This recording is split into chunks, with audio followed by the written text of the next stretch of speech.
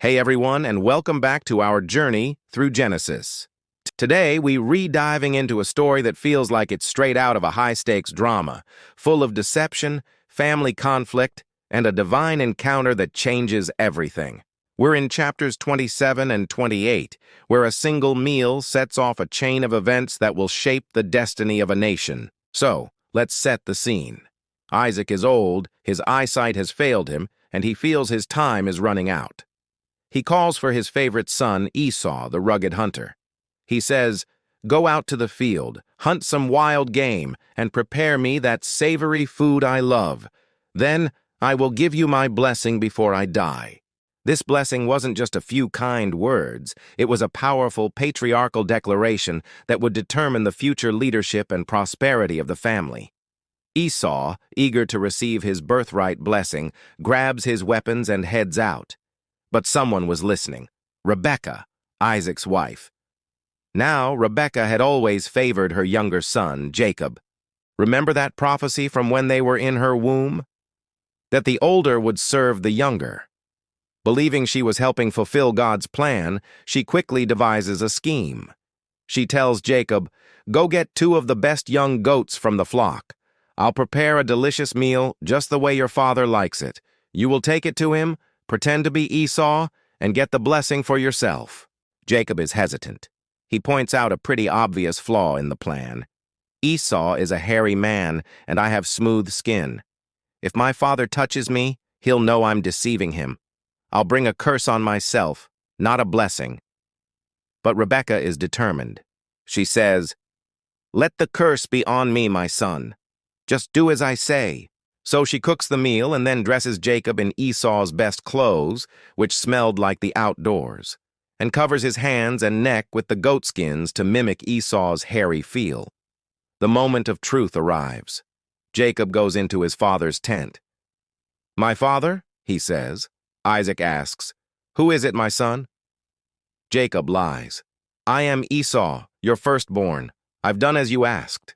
Please sit up and eat so you can give me your blessing." Isaac is suspicious. "How did you find it so quickly?" Jacob, digging the hole deeper, replies, "The Lord your God gave me success." Isaac is still not convinced. "Come near so I can touch you, my son, to know if you really are my son Esau or not." Jacob approaches, and Isaac feels the goatskins on his hands. He smells the clothes. The voice sounds like Jacob's, but the hands feel like Esau's. Confused but ultimately deceived by the physical evidence, Isaac eats the meal. Then he says, "Come near now and kiss me, my son." As Jacob kisses him, Isaac smells the scent of Esau's clothes and finally gives the blessing. It's a powerful one, granting him abundance, authority over nations, and dominion over his brother. Just as Jacob leaves, who walks in? Esau, with the meal he hunted and prepared. "My father, sit up and eat so you can bless me." The realization hits Isaac like a thunderbolt. He trembles violently and asks, "Who was it then that hunted game and brought it to me? I ate it just before you came, and I have blessed him, and indeed he will be blessed." The blessing once given was irreversible.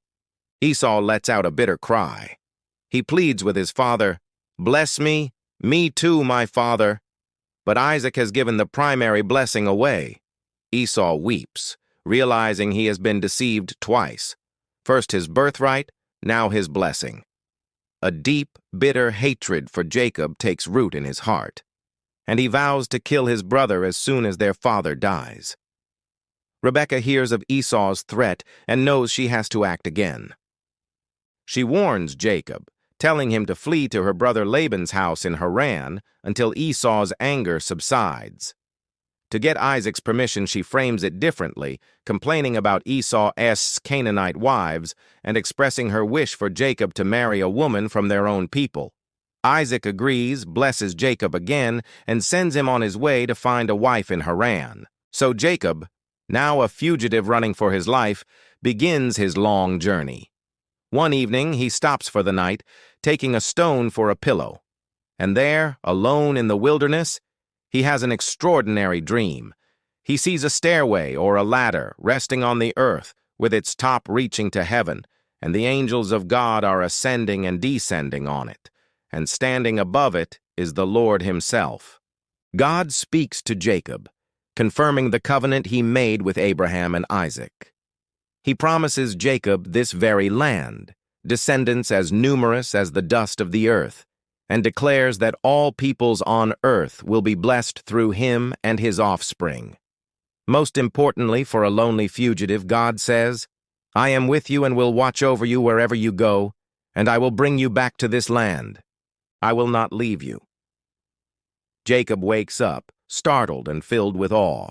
He says, "Surely the Lord is in this place, and I was not aware of it."